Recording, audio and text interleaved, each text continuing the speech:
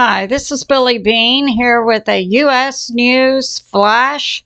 Today's date, August 11, 2024, time about 3 p.m. in Texas, U.S. episode 208. And some of the things we'll be covering. We have a G2 KP 5 to 6 coming in tonight. Alaska melts. Detroit layoffs. Stolen Valor, and we know woke don't play in the USA. And Pennsylvania preps for the steal. Some of my sources are God in the Bible Patriot subscriber, Doug Hagman, Monkey Works, BEFOREITSNEWS, Earth, The Hill, Daily Mail, Blancorino, Straight Arrow News, Plus. So let's get started. So we have this going on, right about here in Arkansas, near Jonesboro, in a small rural town, Bono, Arkansas. The U.S. military is practicing landing transport planes, C-130s. What's up with that? And we have this. That we had, and I'd like to say thank you to Ted J. and Roses and Rags for extra support for my channel. And now we have this from the National Hurricane Center. Debbie has finally gone. We do have a new area developing near the Antilles, Leeward Islands. In the next 48 hours, 70% chance of becoming stronger. In the next 7 days, 90%. It's believed it will be projecting west-northwest toward Florida. And overnight in our space weather, we had a G1 last night, auroras in Canada and the northern U.S., Now, tomorrow, August 3, will be the third CME coming in. We also have a fourth CME coming in. So it's believed tomorrow, August 12, we'll have a geomagnetic storm of a 2. And that would give us a KP of about the same, 6 to 7. We'll also, tonight, from midnight until dawn, so that'll be tonight, August 11, until dawn, August 12. We can see in the sky meteors from the comet Swift-Tuttle coming in. So that'll be a beautiful sight. We do have that going on in space. And now we have this. So down in... So we have Mexico, the Panama Canal, down into South America, near Brazil. We had a plane crash near Sao Paulo, August 10. There were 62 people who perished. That was about 58 passengers and 4 crew. That included, it's coming out today, 8 doctors and 2 individuals who just finished their internship to be doctors. Now, a few hours after this happened, an excellent site I subscribe to, Blancorino, he's an aviation expert, came out just a few hours after the crash and talked about the type of plane. It's a twin-engine prop, and it's designed to fly about 16 to 17,000 feet. It's a small plane. And he said there were icing conditions present in the area where the plane began to spiral and literally fall out of the sky. I'll link his video for you. And he said due to the design of the plane, that once that plane, especially with icing conditions, becomes unbalanced and goes into this death spiral, there's little, if anything, you can do to pull out of it. Now, the pilot, I understand, was an expert in that type plane and have flown it for 10 years. So it appears this was an accident. Tragically, all those fine individuals have passed away. So my motto is, stay out of small planes. Okay, now we'll talk about Japan. I recently brought out that, I believe it was on Thursday or Friday, 7.1 earthquake near one of their main islands, and their seismologist said, look out for a megaquake, 8 to 9 in the next 7 days. And I noticed Japan sits astride about 4 tectonic plates. We have the Pacific Plate, Philippine, Okhotsk, and Amazon. So those are all in play. And I submitted that if there's additional strong earthquake activity in this area, it could travel around what's called the Ring of Fire, impact Alaska and the West Coast, and down into Mexico. Now we see, this is being reported on Yahoo, panic buying in Japan. People are buying up portable toilets, canned food, and water since they received that alert. And we have from Earth, what's going on in Alaska near the Yukon River and a major tributary of it is we see permafrost melting faster than scientists had predicted. Permafrost goes down about 50 to 60 feet into the earth. It stays permanently frozen all year and is a strategic part of the ecology in any area where you have permafrost, both for human populations, animals, and the climate. Now we see a faster melting of permafrost going on, and I would like to bring this out. I had to laugh when I read this article. Yeah, it's releasing all kinds of dangerous CO2 into the climate, and it's causing climate chaos. We can't have that. Okay, as a former science teacher, I want to bring this point out. Putting CO2 into the atmosphere does nothing to affect the climate that is negative. If anything, it would be positive. And I'll show you why. Now, we are having climate change. There are events occurring in space impacting the Earth, changing our climate. That's accurate. Has nothing to do with CO2. Has nothing to do with burning fossil fuels. Okay. All right. Humans and animals breathe in oxygen. We breathe out CO2. Plants breathe in CO2 and produce oxygen.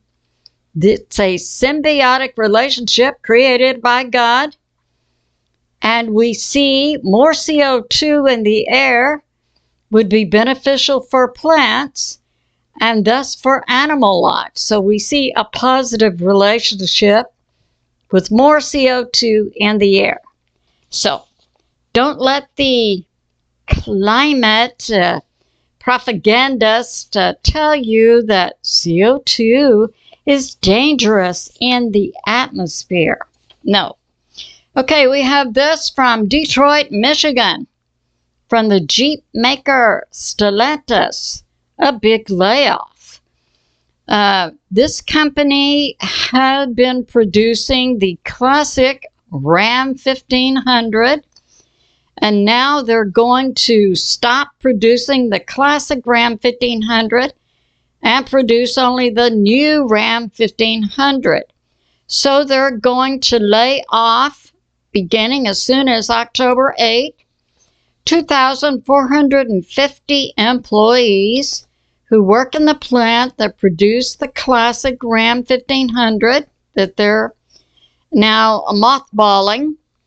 But they have a strong union, so the people laid off will get 52 weeks of unemployment benefits plus 52 weeks of transition pay plus 2 years of health care. And it may be that some of them can transition over to the new Ram 1500 that's going to be produced. But I would like to point out, Stellantis is trying to say, oh, it's because we're no longer going to produce this type of Ram. We're going to only do the new one. But the truth comes out that sales in both the US and Europe have dramatically dropped. And so they're having to make changes in this and that. But it has to do with the economy. Now, we can look forward to a much more energetic and positive economy, I believe, in the US and Europe, beginning in January of 2025, when we have President Trump back. So we have this from Straight Arrow News. Yeah, the U.S. Air Force is landing large cargo planes, C-130J, also called the Ghost Rider, in a rural area, Highway 63, near Bono, Arkansas. And they're practicing. Now, I want to point this out. They're not just practicing landing on that rural U.S. highway. They're practicing landing, rearming, and refueling, and then taking off. So I think there's more to this story than we're initially getting. And now we have this from WERX. From Kirkland Air Force Base, people, eyewitnesses, say that nukes are being moved, and sources say the U.S. has already placed tactical nukes inside Ukraine. Now from Doug Hagman, this is talking about KH is supposedly, now KH, I heard recently KH running for president, for the Dems, has 2 birth certificates, one from Jamaica and one from California. So we'll have to find experts to say which one is real. So KH, now she had been selected by Nancy Pelosi, ostensibly because there's a question about her birth, because the Dem were going to Nancy Pelosi, when she was still Speaker of the House, third in line to be president. So they were going to take out JB, take out KH, and put Nancy Pelosi in as president.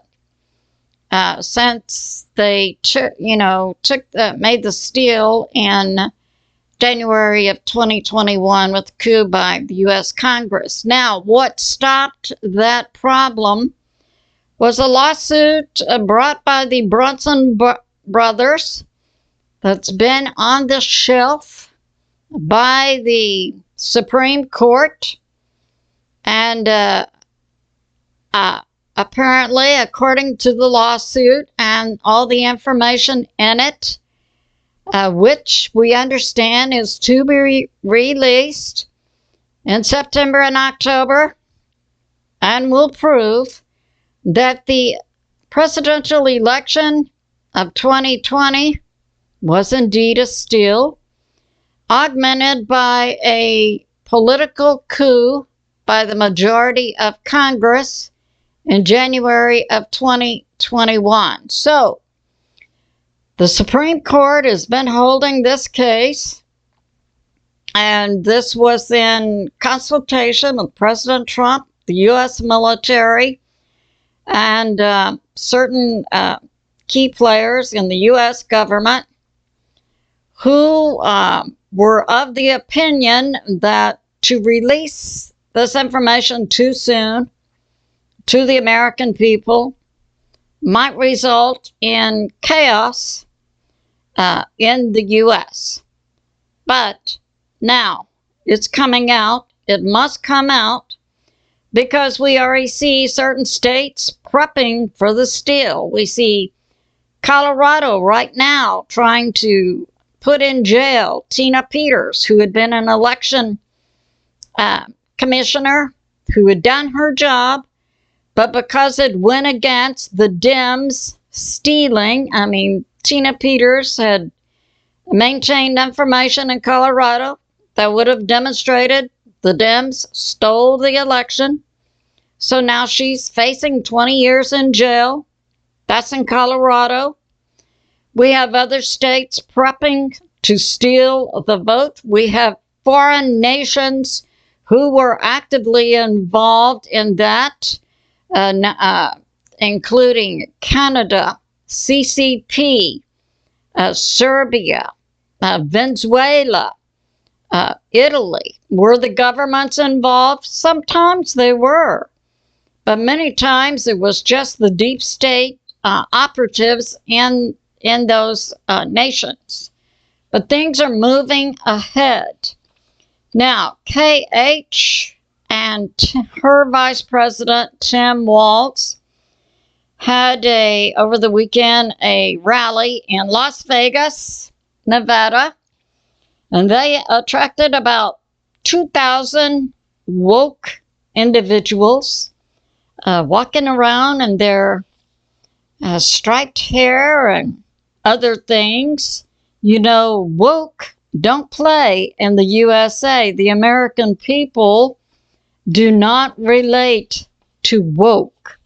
So that went on over the weekend. Now, this Tim Walz vice presidential choice by KH is receiving strong pushback by the U.S. military, stating stolen valor. And this is the way it went. Tim Walz had been, I believe, in the National Guard for about 24 years. In about 2005 to 2009, he was to have been promoted to the highest rank, a command sergeant, and to lead a group into war in Iraq. However, he declined and stepped down. Therefore, he wasn't promoted to that command sergeant position because he didn't take the unit in combat to Iraq, nor had he ever been in a combat situation. So, on the campaign trail, when he said he had used weapons in combat and he didn't think they should be on American streets, the U.S. military uniformly rose up against Tim Walz, stating he was engaging in stolen valor because he had never engaged in combat. So that's going on, and the U.S. military uniformly pushes back against Tim Walz for stolen valor.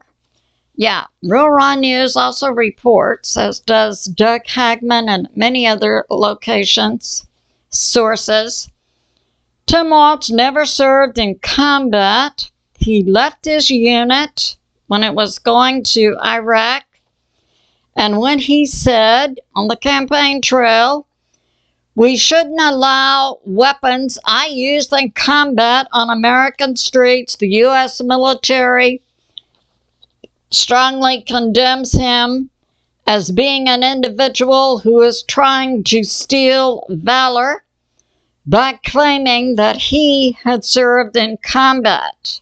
So no, they are not allowing that. And now we have this source bringing out Pennsylvania preps for election steal. You know, we'll vote for President Trump November 5 of 2024.